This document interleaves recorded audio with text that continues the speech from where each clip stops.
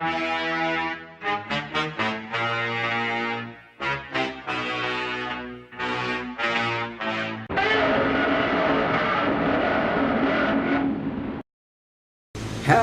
guys and girls, how's it going? Screezilla here, and join me today for a replay. Not my replay, but a replay from one of my friends, Bwendal. And if you would like your replay to be shown on the channel, please get in contact, let me know, and I'll look into getting it done. Now I do apologise, this one has actually been waiting for a while, so yeah. You should have come out a bit sooner, and also one absolute dick of a BE6 just there. Just seriously shooting down on the airfield, giving born pilots a bad name, absolutely terrible. Anyway, what I'd like to talk to you about Yoraz first of all is the Wyvern itself. Now, the Westland Wyvern is a very interesting plane. It holds a bit of a similar story to the Bell P-39 Aerocobras, in the fact that the sort of propeller shaft runs underneath the pilot's bottom, along with the engine. You'll sort of notice inside the sort of shape of the plane, the pilot's is very high up, and that's because underneath them is the turbo prop engines. Now, the Westland Wyvern was originally sort of designed for use for the Royal Navy, basically. The Royal Navy needed a new interceptor slash sort of attacker, and it was just sort of around the time where jets were starting to become a thing. You know, it was 1946 the first flight of the Wyvern happened, and it was that sort of time where things started to change a lot with aeroplanes. And, well, propeller planes were no longer the in thing.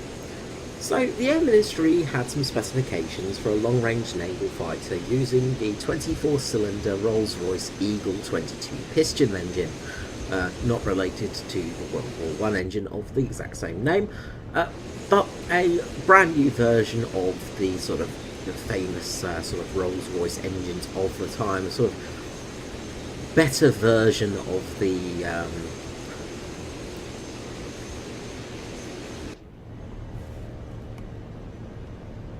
brain has just absolutely gone dead there for a second. The Merlin engine, well, that was a strange one. Sorry about that, my brain just went completely dead there for a second, you know. So it's sort of like pretty much basically an upgraded Merlin engine. And interestingly enough, there was a version of the Wyvern built with this 22 piston engine inside, the Eagle 22 engine with it. And I think there were about 2 or 3 of these versions built. So,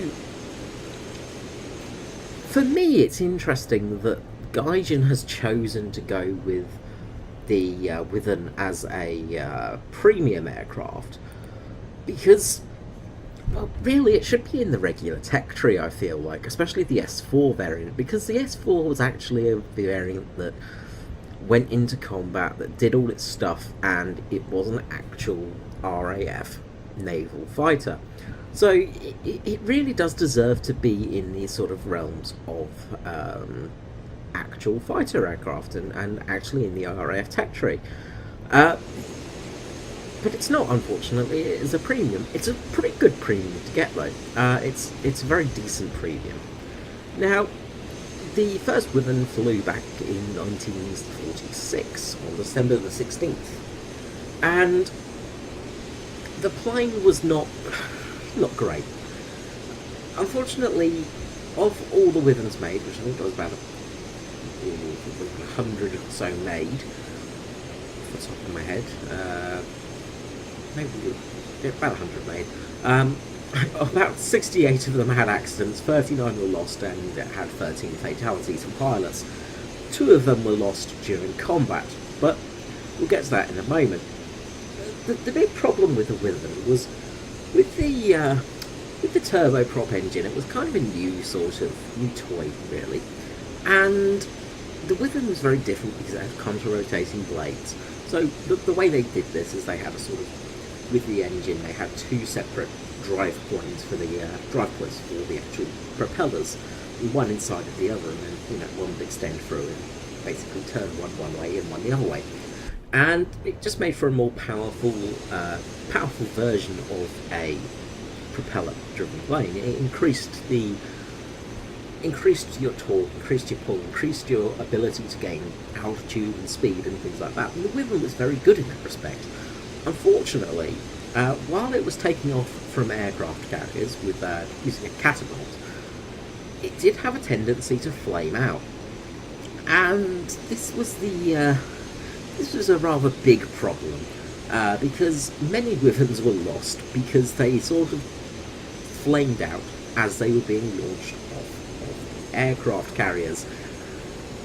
One sort of interesting flame out happened with, let me find this one, on HMS Albion. Now, Lieutenant D.B. McFarlane made history on October the 13th, 1954, when he successfully ejected from underwater. Yes, basically, his Wyvern decided to flame out as he was taking off from the aircraft carrier. It went straight into the sea, and then the ship kind of cut it in half. The ship went straight through the back section of the Wyvern, and the plane began to sink rather quickly. The poor lieutenant had to eject rather sort of in a strange manner because he did it from under the sea.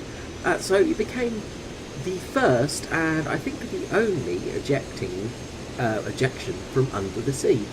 And that's a pretty interesting thing. Now, the Wyvern was one of the first sort of aircraft to be introduced with the ejector seats. It was a very new thing back at the time, and it was a revolutionary design. The Wyvern itself, with the Python engine and everything like that, was a real cool vehicle, and it was very interesting. It was very conventional in many ways, other than the positioning of the pilot and the engine and the contra-rotating propellers, but it was a very cool plane nonetheless. Now, we are going to be getting one of the Wyvern's sort of cousins, almost you could say, with the AD2 Skyshark that will be coming next patch, which is another turboprop-powered aircraft with contra-rotating blades. And you'll notice it looks very similar to an AD2, an AD4, and a Wyvern. Basically, if those two planes had intercourse, that's what you would get.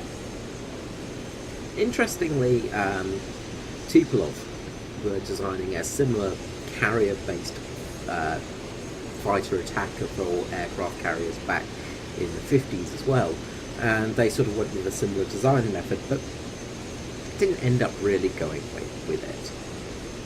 Now, as you can see here, Bwendal's actually gotten a good amount of altitude here. We're at 23,000 feet, and we're above all of the other planes. This is one of the things that the Wyvern excels at. It is fantastic at climbing, and it will get here quite quickly.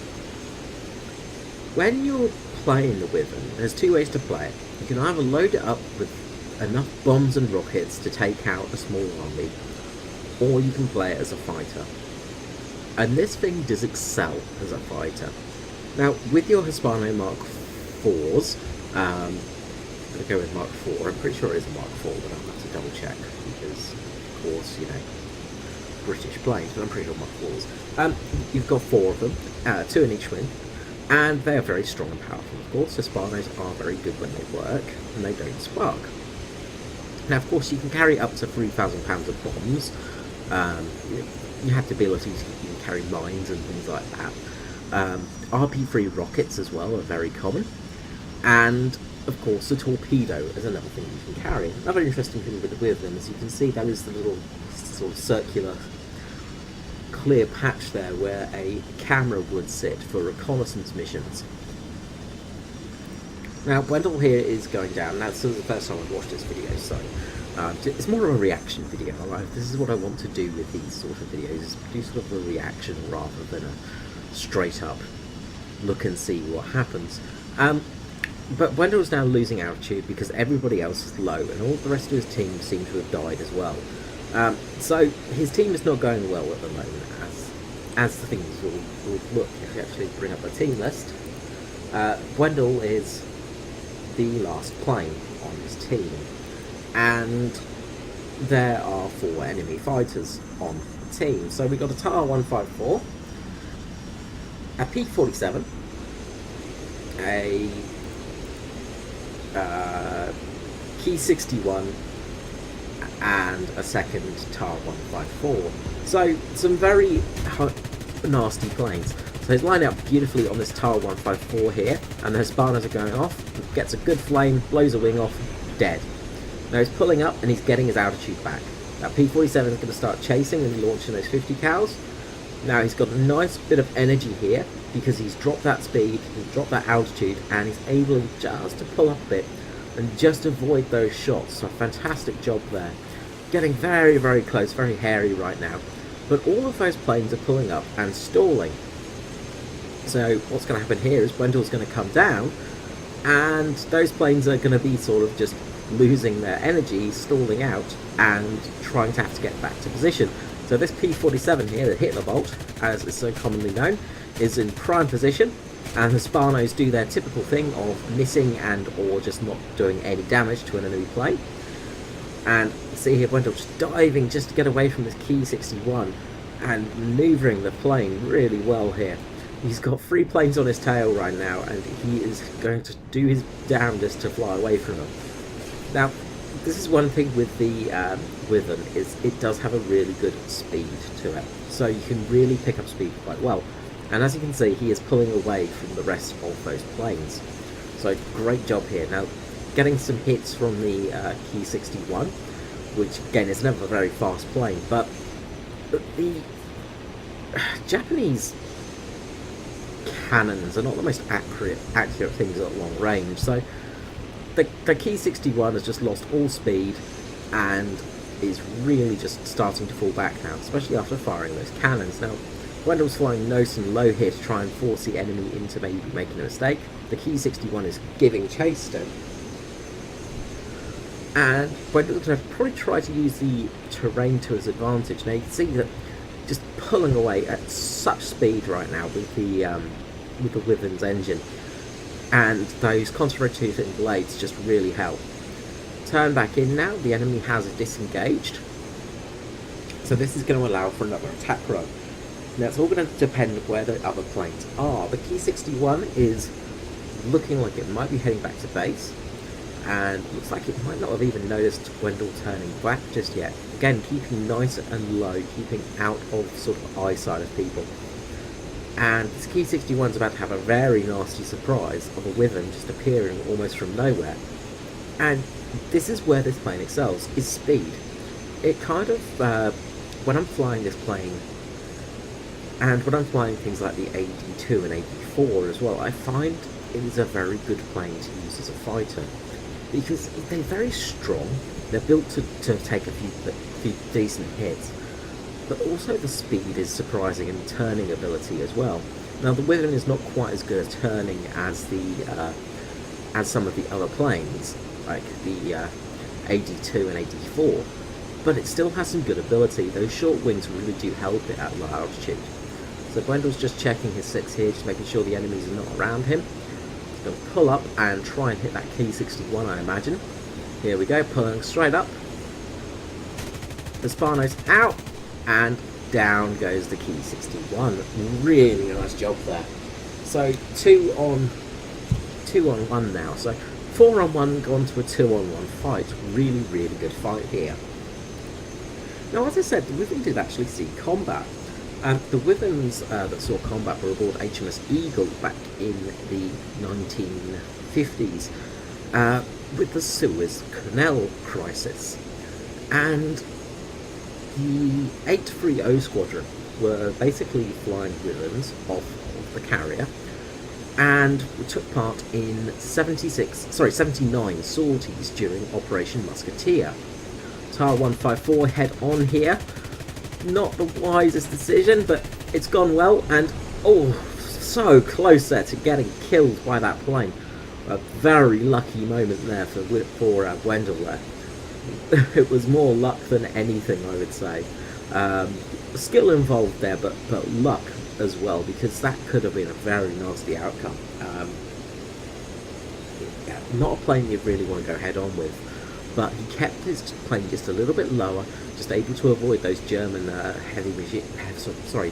German cannons, I should say, of the Type 154, and managed to pull up just in time and to avoid the crash with the enemy carcass. So just a P-47 left now. So from a 4-on-1 conflict to a 1-on-1 now with the P-47.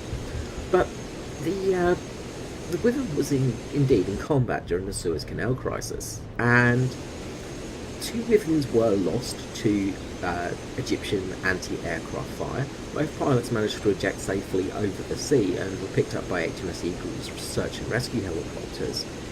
The squadron returned to Britain on HMS Eagle after the conflict and disbanded on January 1957.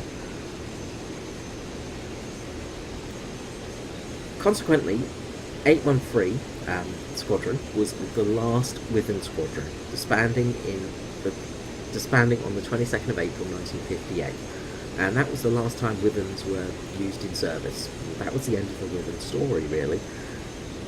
As I said, the Wyvern had 68 accidents, 39 were lost, and 13 fatalities happened, including RAF pilots and 1 US Navy pilot. And as I said, the Wyvern's not a very successful aircraft, but it really should be a plane that's in the general tech tree. It shouldn't be a premium plane. And it does bug me that it is, because the Wyvern T4, or the S4 variant, was a plane that was used in combat. 98 were built in total, and that included 11 that started out as TF2s, originally designed for the Rolls-Royce engine. And the fact that we've got the Wyvern in its current state as a premium is just a really sad thing, and it frustrates me a lot.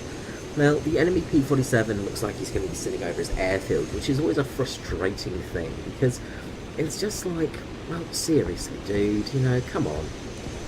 Actually fight. Don't just be a pansy and sit on the airfield. It's a very frustrating thing to have happen.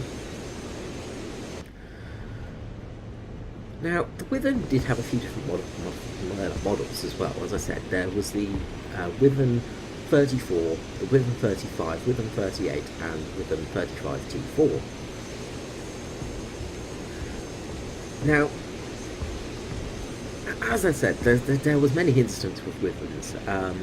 Unfortunately, one of the Wyverns was being flown over Yeovil, which is still actually the Royal Navy Air Force facility. It's still the Royal Navy's main air facility, and also an amazing museum. If you ever get a chance to go there, do go there. Unfortunately, you won't get the fantastic lore of Harrier jump jets anymore, but you'll still get some very cool planes to look at.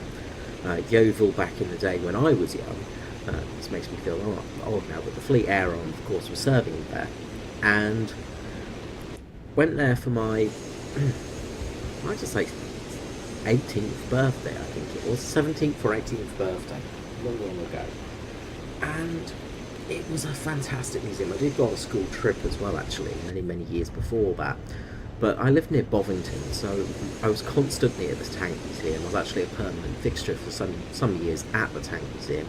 People thought I was part of the exhibits, but Yeovil was an amazing place to go. It was just fantastic, and I was lucky enough to go there back when they were still using the Harrier jump jets, and you'd go there and all you would hear is just the noise of the Harriers taking off and landing, practicing, hovering, just amazing things. And there was basically a cafe that was facing out towards the actual runway of the Yeovil's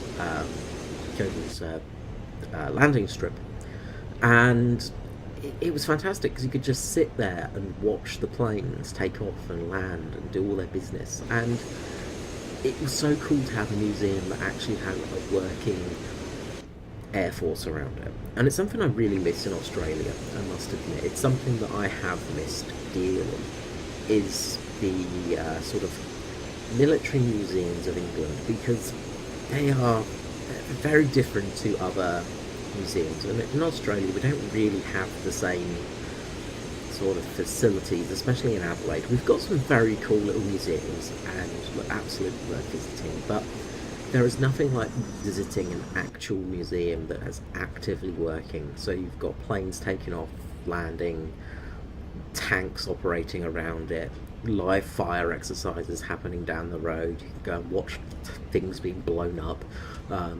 One of the great things about where I lived was they would often be firing the 20-pounder guns, doing test firing and stuff like that with them, and you know, you'd often hear, you know, guns of, you know, up to about 150, 160 millimeters being shot at the ocean, and hitting targets in the sea, and you'd get to see tanks like the like the old Centurions and stuff like that actually being used in live fire.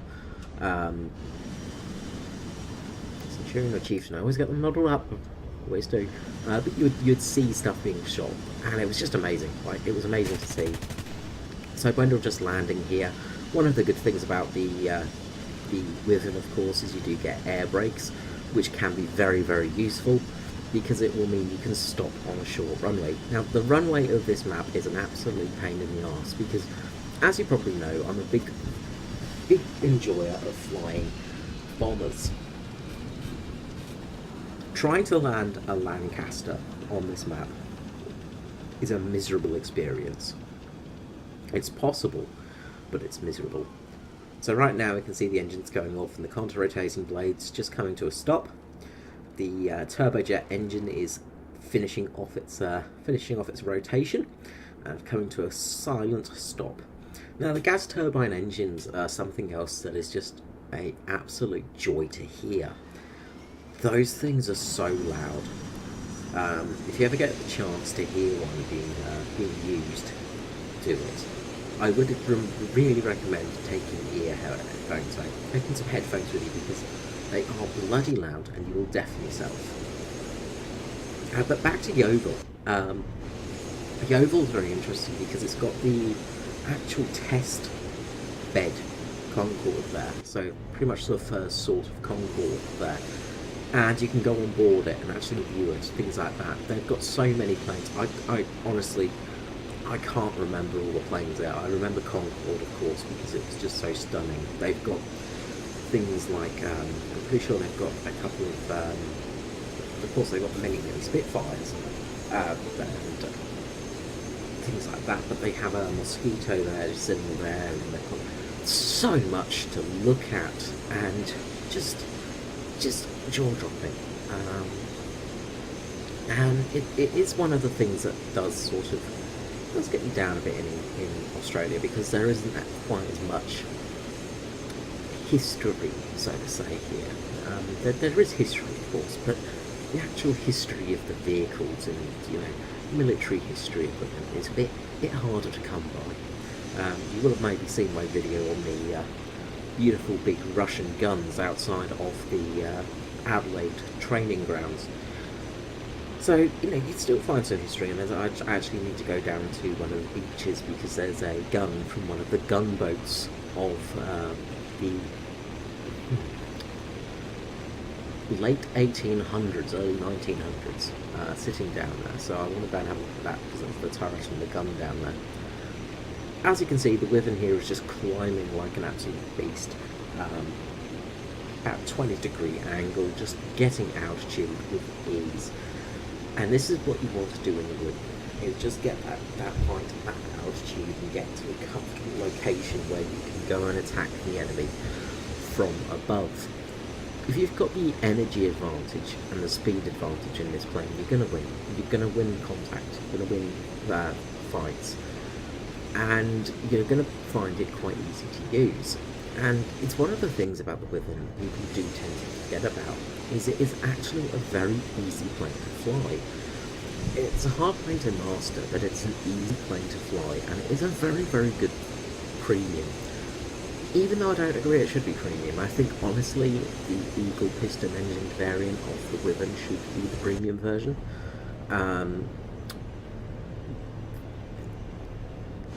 Or at least they should give us a T2 or a T3 variant with them, you know, in the regular tech tree, just as a sort of something so we haven't got something. I mean, the T3 may be a bit hard, being that it's a two-seater, maybe for training operations, but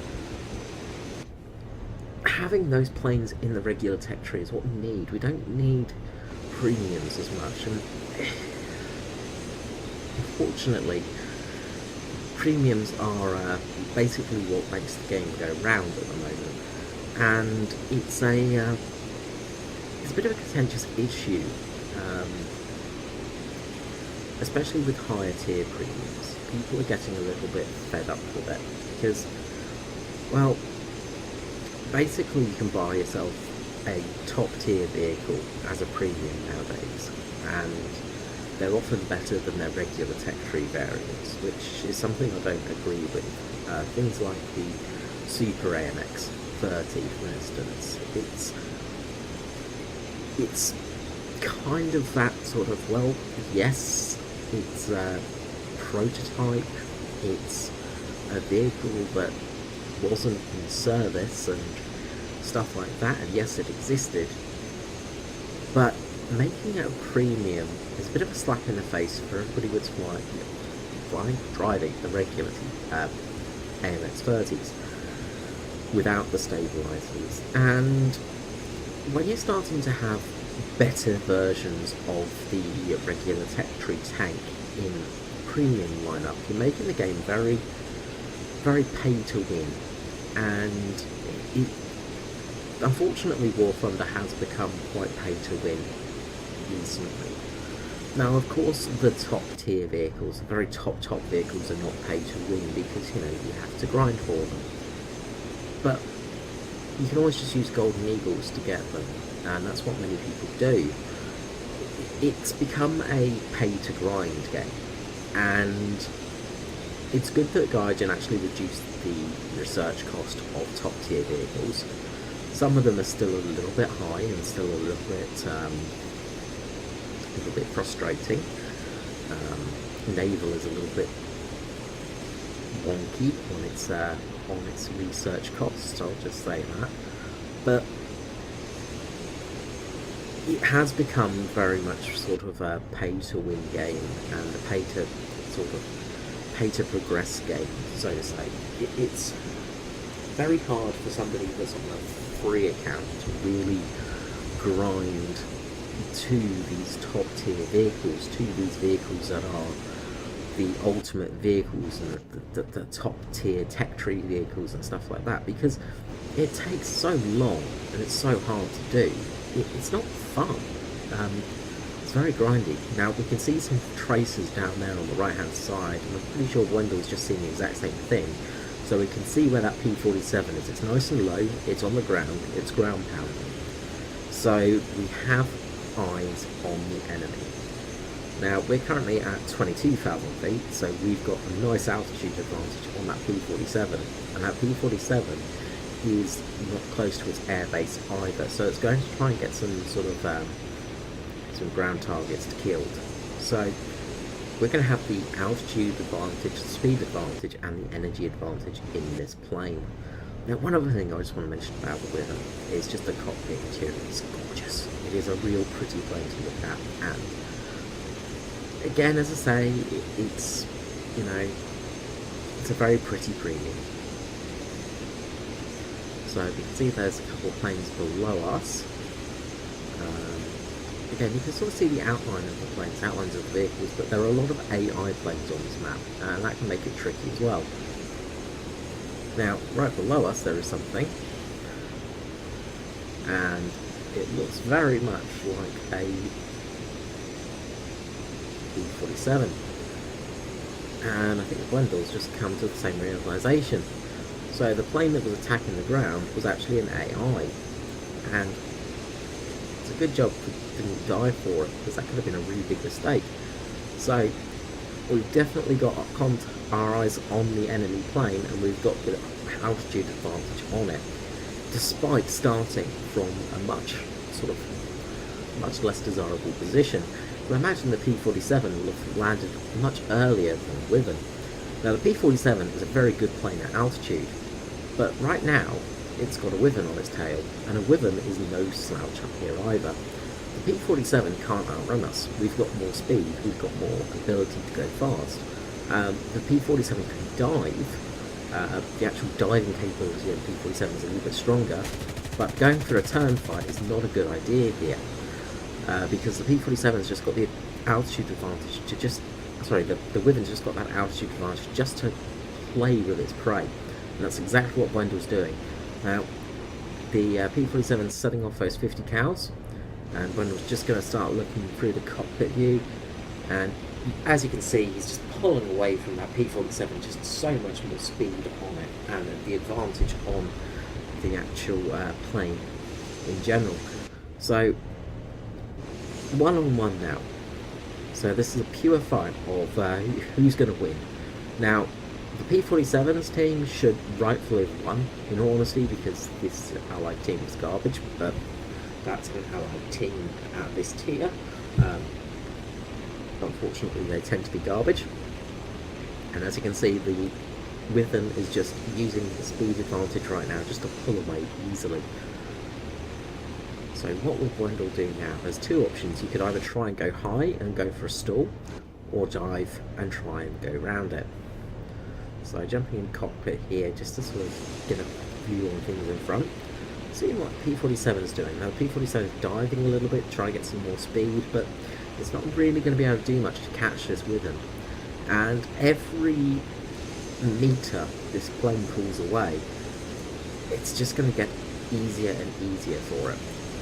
Now, we're getting over the enemy airfield right now, so maybe Bwendal's just trying to give that P-47 the sort of feeling of security that it's over its friendly airfield, and it's going to have the ability to have the AA on its side. Now, we see Bwendal turning in here, and just unable to turn on it. The P-47's going up, and for a stall climb, Bwendal's going down for a dive, and now Bwendal's going to try and probably carry him away from the airfield. So P-47 is firing off a few 50 cals, and you know, like 50 cals can definitely do damage at this distance because, you know, 50 cals are OP, but Bwendal's almost just playing with his prey now, and just seeing what will happen. So this P-47 is just keeps trying to follow Bwendal and just follow this Wyvern, and it's not going to work because the Wyvern has just got so much more torque, so much more speed, so much more airspeed compared to a P-47. Of course, it's a much newer plane as well. The Wyvern was, you know, built in the late 1946 sort of era, and the P-47 was born in about 1943, 42, that sort of era. You know, so it's a very different plane. Plus, it's the premium German P-47, which should actually be a Razorback, but it's not because, you know, Gaijin. But we won't talk about that right now. So, again, just pulling that P-47 just into a sort of false sense of security, and maybe we'll go up for a stall climb here and try and get the P-47 to chase us up. Maybe not. But getting around 3 kilometers away now, so getting more towards the friendly airfield. Now P-47 is giving chase though, and still losing distance on the Wyvern. So what will Bwendal do right now? P-47 is losing a lot of speed now. The speed advantage is definitely in Wyvern's favour. So in this position you really could go two ways. You could try and go for a head-on, but head-on is not really wise because it's a very risky manoeuvre, because 50 cals are 50 cals. You know, 20mm bullet versus a 50 cal bullet it's no contest really, because yes, I won't go into the details on that. So Bwendal's looking at the ground and see that we're over a friendly airfield now, so we've got the advantage of having friendly AAA. So what Bwendal could do is go into a dive here and try and lure the P-47 into a death trap and get it to go into the friendly airfield AAA. And that flak could cause the P-47 some problems and cause it to sort of get injured and damaged and performance loss. So again, Bwendal's just keeping his eye, playing with his prey almost. He's going for the turn, and the P-47 is definitely going to turn with him right now. And P-47 is closing very quickly. Now Bwendal's going to have to go for a head-on right now and bait it, and looks like Bwendal's actually got the perfect position and played that perfectly. Just going up underneath the P-47. The P-47 was just a bit too high and unable to get really in this right place. Now P-47 does try to come back at us and try to go for the kill, even though it's on fire still. But that P-47 is going to burn up badly and die very quickly. As you can see, it sort of here is dying very quickly. Now it's still dangerous, it can still cause some problems, because it does look like maybe the fire has gone out. So kill is not exactly confirmed yet, but there it is. It's burned down, and that P-47 is dead. Congratulations, Bwendal. 4 enemies, and only yourself to fend them off. A really great job. Okay guys, well I hope you've enjoyed this video. If you have, leave a comment and a like below, and if you'd like me to review your replays, let me know, and I will try and do some more of these in the future. Till next time, this is me, Screezilla, out. Bye bye.